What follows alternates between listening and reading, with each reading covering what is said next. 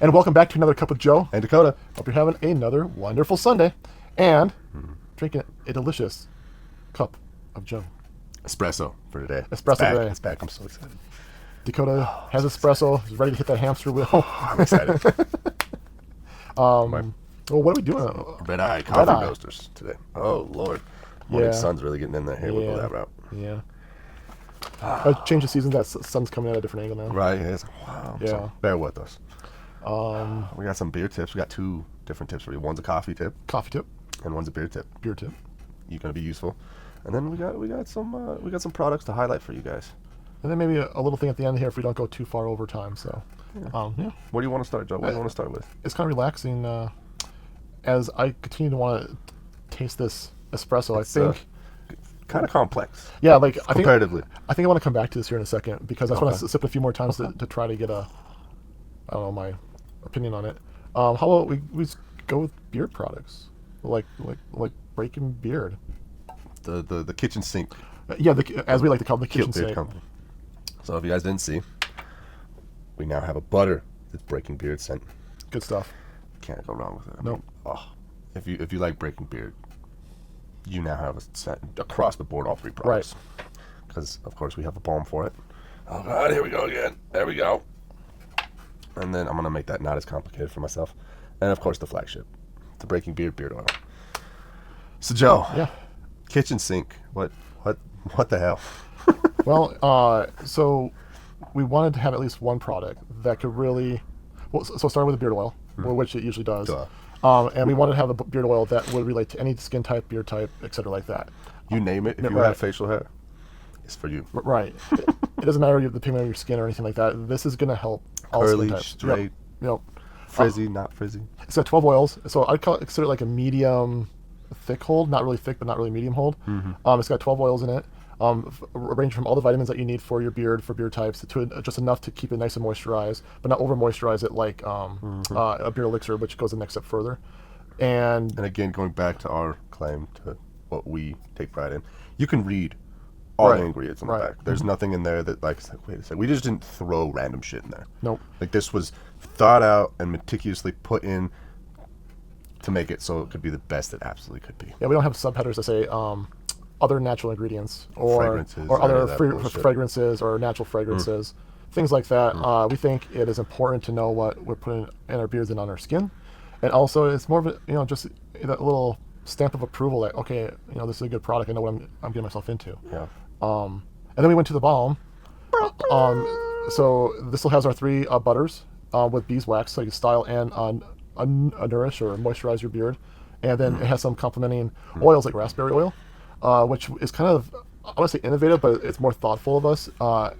Raspberry oil has known to provide up to 30 SPF naturally. You want it to protect, keep in mind, like I said, happy skin, so it can't get sunburnt.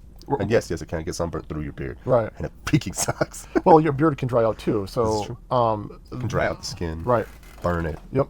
So the raspberry oil is just a little extra added thing there that we thought about it. It got vitamin E in there. That's our present to you guys. So you really have that that all around protect you from the environment type of product. And then we have the butter.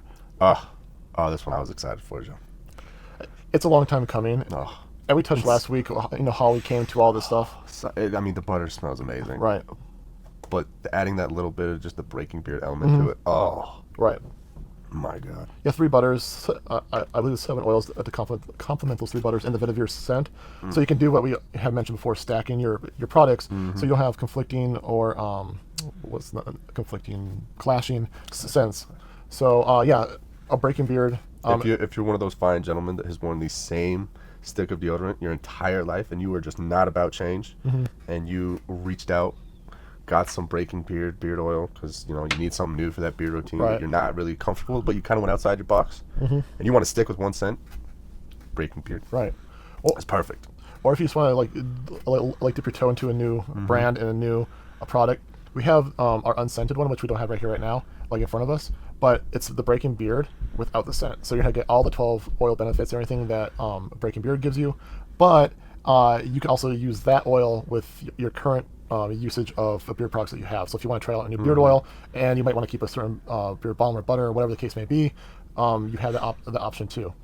So we really try to think as much as we can about the needs of you out there, and try to fit our products in your lifestyle. So, yeah. It does come in a nice little kit for you.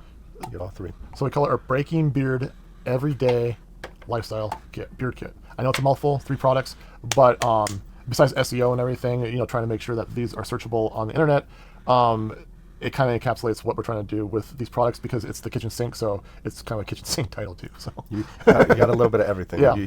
You cannot go wrong, especially leading into the holiday season. If you're looking to get your significant other or your brother or your son, or your father, even your father, they have a beard. They've maybe have mentioned before that they have dry skin, or their beard's always itchy, but they like having the beard.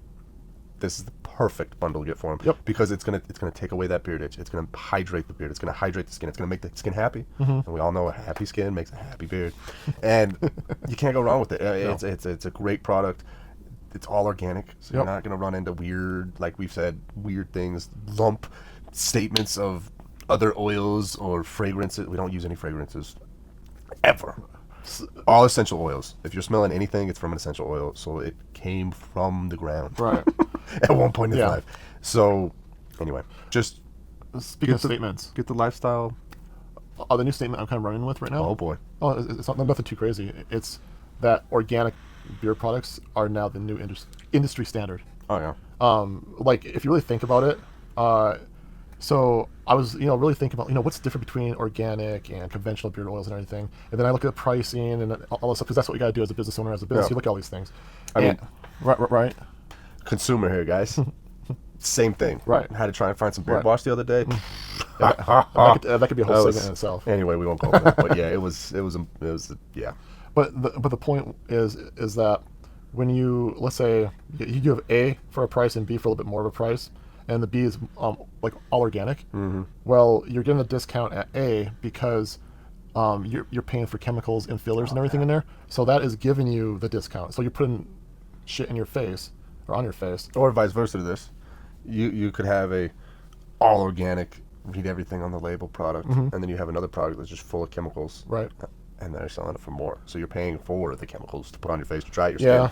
Go that route too. So I mean, you see less of that, but that you gotta be mindful. If you're putting it on your face, guys. Right. You don't want to have nasty, weird. You don't know what the hell it is going on your face. At least I don't.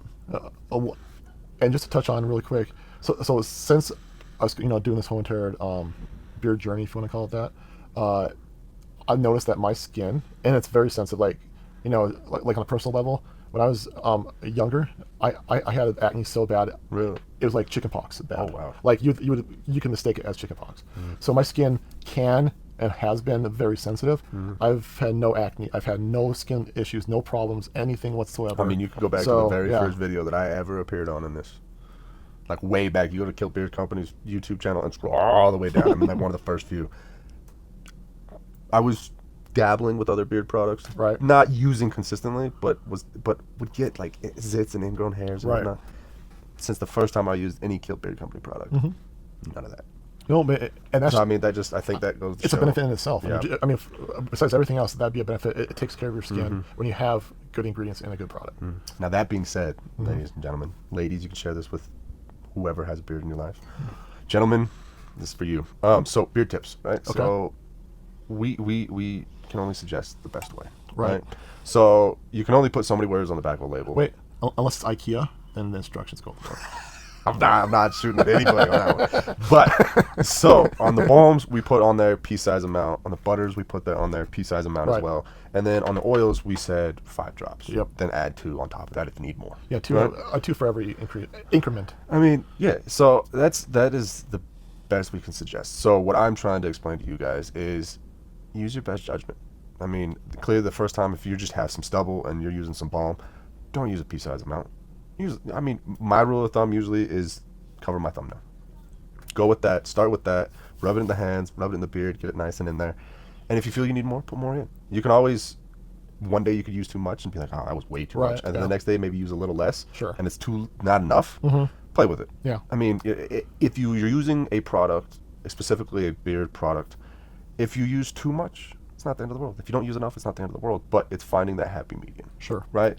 So don't judge a book too quick is what I'm trying to say. So if you're over there, you have glorious beard. You're using a pea-sized amount of the balm or the butter, and it's not enough. Mm-hmm. That wasn't the product's fault. I mean, you're above average here. Right. Use more, right? If you just have stubble and you're using a pea-sized amount and your like skin is just dripping with moisture and just whatever, it's not the product's fault. I mean, use a little less. You know, just play with it. It's same thing with the oils. Like, I personally like it on a little heavier, so I use more than 5 drops. But you know, if you're just starting out or you don't want it like in there, you just want it kind of coated. Mm-hmm. Use the 5 drops. Play with it. You know, don't hold a flame to that candle all the time and be like, nope, if it doesn't light, I'm not having it. Right. Play with it. And the only thing I'm gonna add to that is, if you start using a new product, it can be from the same company too. Mm-hmm. For example, Breaking Beard is, like I said, a medium to thick hold. It's closer to the medium side. Mm-hmm. But if you use our upcoming holiday one, that's gonna be a thick oil. It's gonna apply differently, Mm-hmm. and it's gonna create more volume, etc. More. So starting out with those 5 drops, then increasing it is going to be more beneficial, because you don't want to put too much in, and then you know, just it's not going to be greasy. It's just your skin's not going to absorb it as much as it needs to. So the age-old saying, less is more. Right. And your beard, you can't go wrong with that. Like, well, your skin and beard will let you know if you need more. But like you'll start itching, or stuff won't be like soft or aligning or looking healthy. That means you just need to add more. But anyway, so that's one addition to your thought there. And you know, your skin changes. Yeah. Seasons change. Seasons definitely change. Your activity level changes, and that all plays a part in how everything works, right? Sure. So if one day you put it in and it just wasn't enough, so you put more in the next day and it's way too much, look at, what did you do today? Did you go work out? Were you in a super hot and humid environment? Were you in a super dry environment? Did you just sit on the couch and watch football all day? I mean, I don't know. It's like, take those into account and kind of play with it, right? Like, I mean, it's easy for me to say because I've been using something in my beard for the last 2 years. So it just kind of comes natural to me. Like, I can look at something and be like, oh, I should probably use this much, and I'm wrong a decent amount of the time. No, never.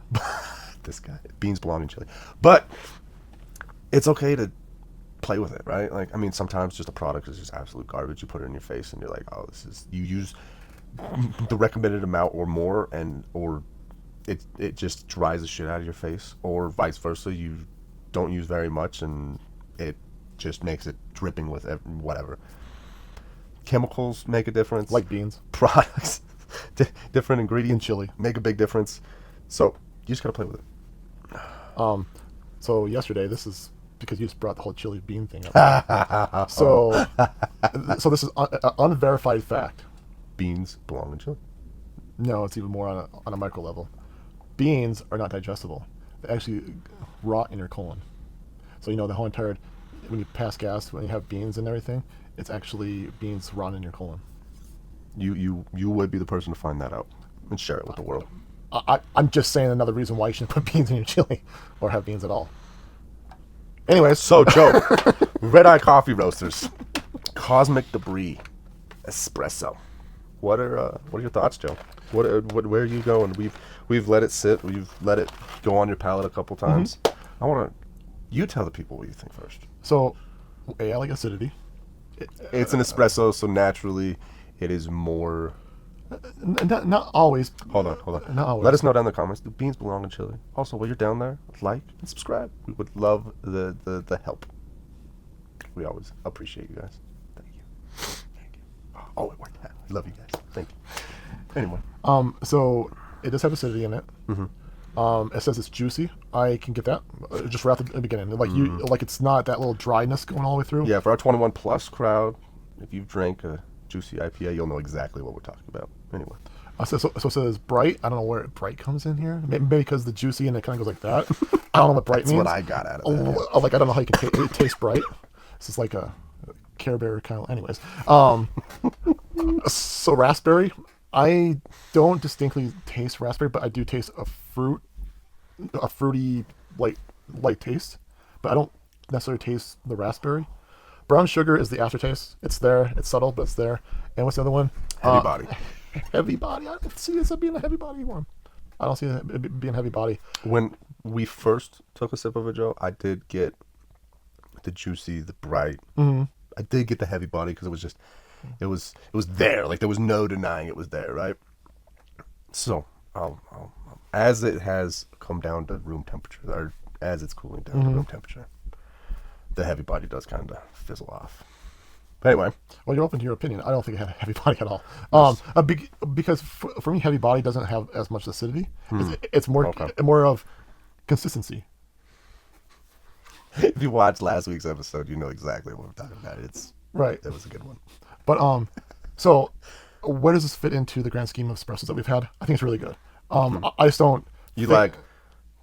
Top 3 this, or are we looking somewhere in the mix? Shoot, if I could ever find time on my hands, I want to like get all the ones we've had this year and have like a little like running sheet of like, you know how in Top Gear what cars ran faster, what ones were the better ones, but have those like the espressos and the different coffees, so people can get an idea if it's maybe we could do like an end of the year recap. Maybe we could do some research. Yeah, I'm not sure how that would be presented, but anyways, I think it's good. I don't know where to place this. It's not the top one, okay, but it's not the bottom one. So something like that. You think about where you put it on the scale. I'm gonna give my opinion, and then I want to hear what you have to say because I know what I'm gonna say. So first off, I'm glad you know what you want to say. We all know my opinion about tasting notes. All right, okay. REDEYE, you guys put a lot of tasting notes. So that being said, you put juicy, bright, raspberry, brown sugar, and heavy body. I'm gonna sneeze here. Easy. Try to hold the sneeze in. Easy. Sorry. This guy's gonna get crazy in a second. Bear with us. So, juicy, y'all know. Good on you. Bright, like Joe said, like maybe because it's juicy. Like I generally do not know how to explain. It just kind of a tasty note of bright. Yeah, like I mean, the as far as the juicy and the bright, like it's juicy. Like there's it tastes juicy. I don't know. Bright, it kind of coats the mouth. I guess I don't. As far as the raspberry, I was trying to focus on the flavor and really trying to find the raspberry. I didn't get any raspberry. None. Right. Like you were saying fruity, maybe, but not. I didn't get any fruity notes on there. Like I didn't. I think we should go back to what's juicy mean and what does raspberry mean? Like I don't. Is juicy a fruit? Yeah, and then you just add raspberry on top. I mean, maybe somebody that came up with these notes had a very, very sophisticated palate compared to us. Maybe. I mean, if you're into, like I said, you 21 plus audience, if you're into those juicy IPAs, I personally am not. Could you explain it better? Maybe I don't. Right. I don't. Brown sugar I did get. Yeah. Brown sugar was probably the highlight of this one. Okay. But came after everything. It kind of was like a pleasant surprise, right? And then heavy body. Like I said at the very beginning, the first sip or two, I felt it was heavy just because it was very. You knew you were drinking an espresso, right? Like I took that as the heavy body. But again, tasting notes, when you have general words in there, it's up for interpretation, right? So I feel like there was a balance of that. They put a lot of juicy, bright, heavy body, right? And then they threw in raspberry and brown sugar. Right. Not terrible. I wouldn't say it's great. Like for espressos, it was average. I mean, I wouldn't be disappointed if somebody handed me this, but if they definitely hyped it up, I'd be like, what the hell is this? So I'm putting it like right there at the middle. It's average. It's a 5 out of 10 for me, Joe. Oh, 5 out of 10. Okay. Yeah. Because you asked me a different question. You asked me where I would place this as far as amongst the other ones we have. I would get at it if we've drank 10. I'm putting it at 5. Like I wouldn't say it's great, and I wouldn't say it's bad. It's just average for me. So I would say, so I split into two categories. So when you open up the bag, or you blend it, smells amazing. It smells really good. I'd say top 2. Like it smells really good. It smells very complex. It's like I don't smell juicy, but it smells really good. And I don't smell bright still either. I don't know what that even means, but it smells really, really good. And it even has like a pepper, not even a pepper, like some kind of pepperish, there is like scent to it. It's really good. But when you go into the cup and we're starting to taste it from hot to cold or cool, room temperature, I would say that it probably is more like at hot. It'd probably be. I think we've had 6 espressos since we've been doing espressos. I would put this hot. I put it at a 3. Cold, I would put it at like a 4, maybe even a 5. And that's just my preference, and that's what my experience. So it's not the top, it's not the bottom, like Dakota said. But opening the bag and blending it up and smelling it, it smells amazing. Anyways, yeah. I mean, if you're looking for a whole experience, right, and you want the coffee to or espresso to make you think and have to. I don't know if this one's necessarily the one that you want to be having. If you're into like that whole get up in the morning, grind the beans, because you know coffee is a bean. Not liking beans, that's awfully weird because you like coffee. Anyway, not gonna go into that. But yeah, if you're into the whole experience of grinding the beans and smelling it, and oh my god, great, you're going great. This is a great one for you. But then if you want to have like the complexity and like, hey, whoa, what's that flavor? Oh, what's that flavor? Right. I don't know if this one's really the one because there's not. It's pretty just like I said, average.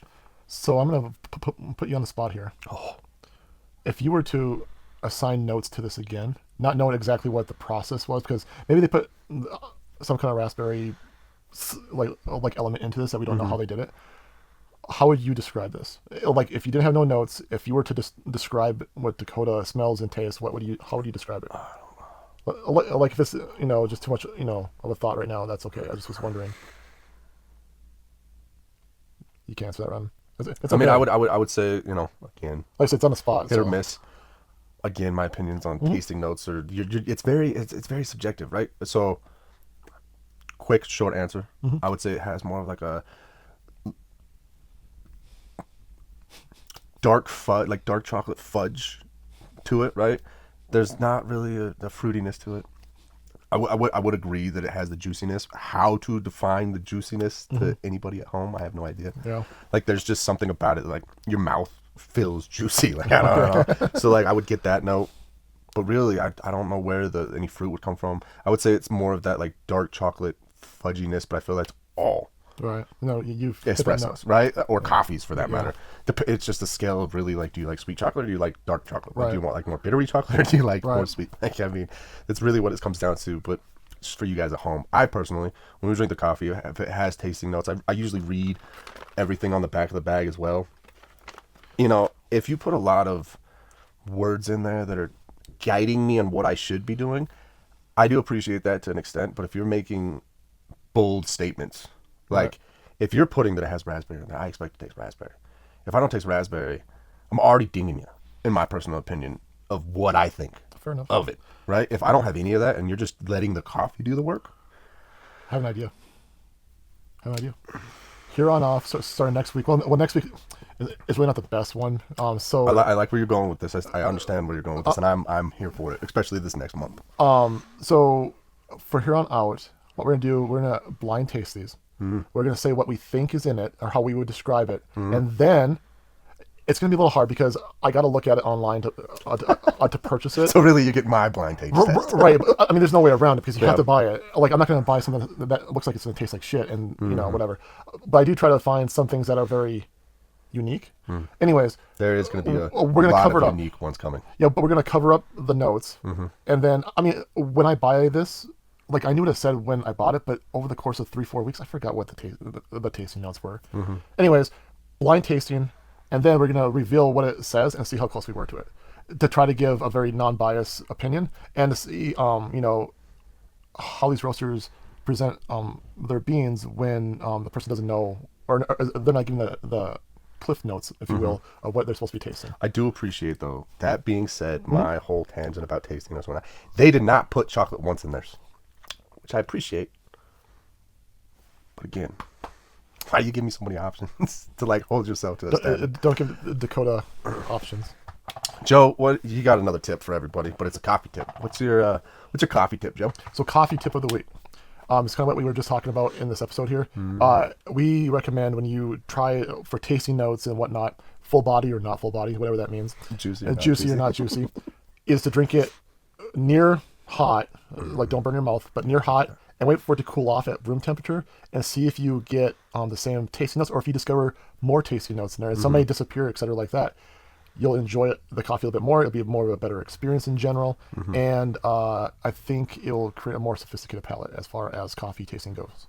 So that's the coffee tip of the week. And if you don't do that, I highly recommend, kind of doing hot to cold, hot to cool, and, just really thinking about what you're tasting. The more you do this, all of a sudden you start discovering what brown sugar tastes like and all these other tastes, and then it carries over to the other types of coffees you try. For instance, in this cup of espresso here, brown sugar was very dominant in the aftertaste when it was warmer, but Right. as it cooled down, kind of fizzled out, which is fine. That's to be expected. Right. Because at the end of the day, coffee is meant to drink hot unless it's an iced coffee, and usually cold brews are very much different. Right. But, again, back to that, don't judge a book too quickly. You gotta... Unless you put fudge on there, then he already judges you. Chocolate. Chocolate or fudge. He already But, judged. you know, you gotta experience across the whole spectrum here. But anyway. REDEYE. What do we decide? Hingham, Massachusetts. Massachusetts. Y'all. And so far, like, Massachusetts has been overall good overall. I mean, not the best, not nowhere close to the worst. Pretty average. Yeah, they're good. Yeah, but next week I think the last one for Massachusetts. I'm hoping this one's gonna be freaking amazing. We'll find out. We'll sure find out. But I'm kind of excited for October though. Oh yeah, those are already on the way now. It's gonna be. It's gonna be fun. Good stuff. They're gonna be a lot different than what you usually see. It's more of a, without giving away too much. It's gonna be interesting. Yep. It's gonna be fun blind tasting them to see like what they're supposed to be comparatively to. Right. It's gonna be fun. You guys aren't gonna want to miss this next month. Next week it's gonna be great. The rest of the year though, we got some fun things planned with the coffees. And if you want to make a statement this holiday, we have some shirts back into our store. That Jesus had a beard, Santa has a beard, and yeah, the other all stocked, ready to go. You can get these cool hats there too. Just throwing that out there. And they have the icon too. If you want the icon, the Scottish looking dude with the kilt and everything. It's a pretty cool guy. Last time I met him. But anyways, cheers. Have a great rest of your week, and we'll see you next Sunday. Thank you. Cheers, everybody.